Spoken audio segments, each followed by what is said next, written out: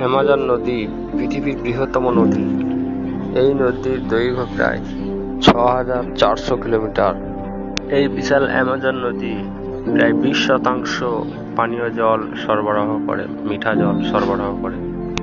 অগণিত প্রাণীর নিবাস এই অ্যামাজন নদী। এটি অ্যামাজন জঙ্গলের মধ্য দিয়ে প্রবাহিত হয়েছে, তাই এর নাম হলো অ্যামাজন নদী। রহস্যে ঘেরা এই অ্যামাজন নদী একসঙ্গে প্রচুর পরিমাণে জল পরিবহন করতে পারে।